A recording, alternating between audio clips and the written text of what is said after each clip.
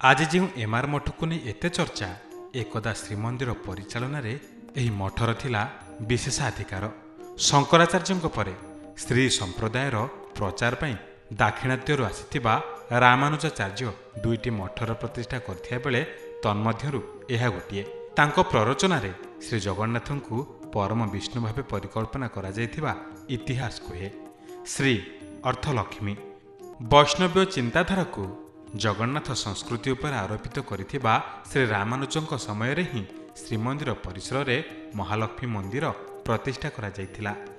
केवल सेतिकी नुहे, एही समय रे श्रीमंदिर अँला बेढ़ा उपरे गेरु प्रलेप देई विष्णु चिता अंकन करा जायथिला।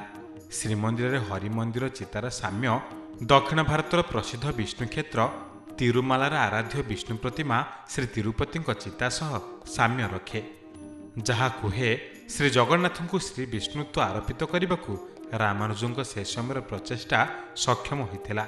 श्रीमंदिर परंपरा रे प्रतिवर्ष मकर संक्रांति रे एही चितार चित्र को श्रीमंदिर अँला बेढ़े वार्षिक भावे पुनः अंकन करा जायथाए। एथिपाई गेरु व्यवहार करा जायथाए। एमआर मठ इतिहास हो जायथिबा बेले एही प्रसंगटी मने पकाई श्री रामानुजंक कृति और श्रीमंदिर इतिहास रे तांको सहभागिता चिरस्मरणीय।